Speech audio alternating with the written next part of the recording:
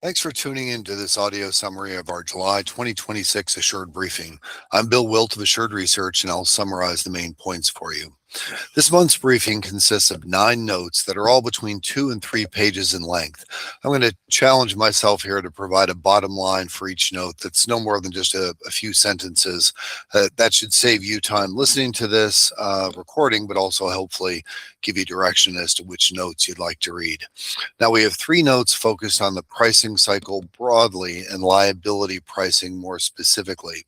In the first note, we ask the question, what will happen to the liability pricing cycle, or what will be the impact if accident year 2025 either holds serve or develops slightly favorably at year-end 2026? A look back at reserving and pricing behaviors in the liability lines in the 9/11 era suggests that if accident year 2025 holds serve, or if it develops favorably, pricing pressure will mount late 2026 and into 2027. In note number 2, we go back to 1973 and examine the pairwise correlations across 7 lines of insurance to observe that their correlations presently are about as low as they've ever been. Now we see that as support for our thesis of distinct pricing cycles by product.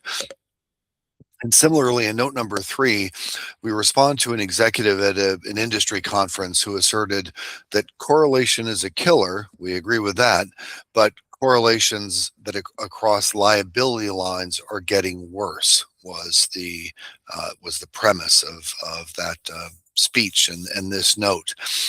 Our view is that's not so fast. Correlations across liability lines are actually declining. Now, our next 2 notes focus on personal lines, with the first looking at the combination of auto and homeowners. The bottom line is that 2025 was the best year since 1973 for auto and home combined, and 2024 wasn't so bad either. That makes for some pretty tough comparables in the year ahead.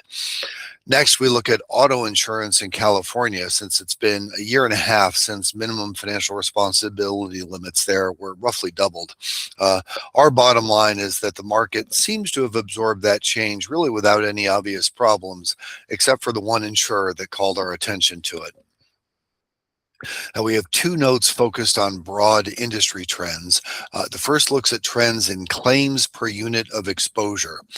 It's our hope that we picked some unique or inventive exposure bases which help to illuminate the trends. But of course, relevant exposure bases.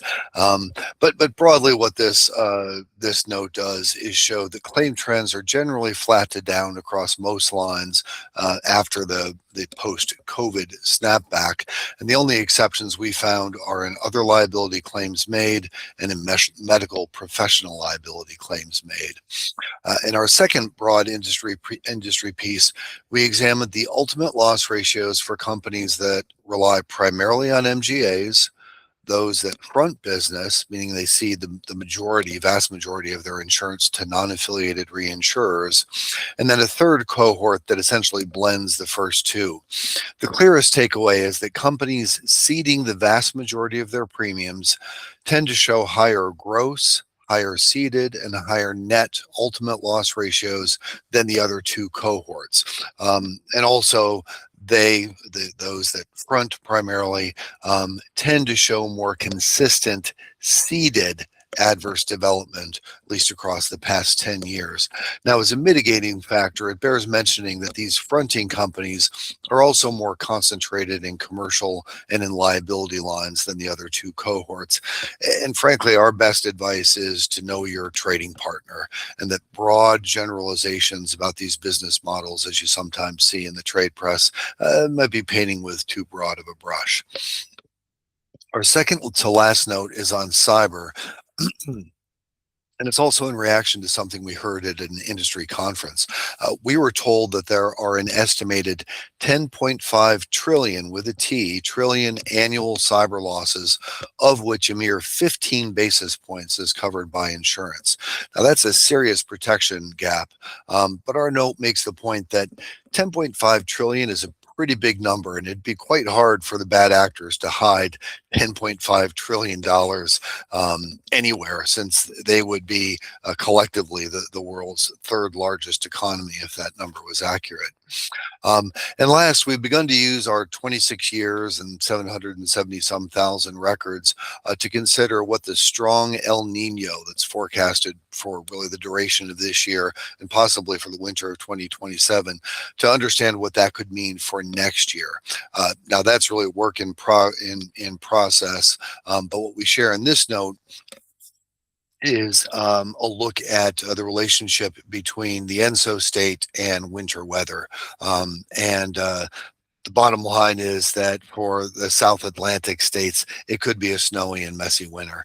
We'll have more on this topic later in the year, and probably as the hurricane season winds down and we, and along with others, start to think about what the ENSO state could mean for the spring 2027 severe convective storm season. So that's it. We hope you enjoyed this summary and of the July briefing, and that you're encouraged to read or skim the document. Please keep in mind that we value your feedback and questions, and certainly any ideas for future research are welcome. Thanks again for listening, and I hope you have a great rest of your day.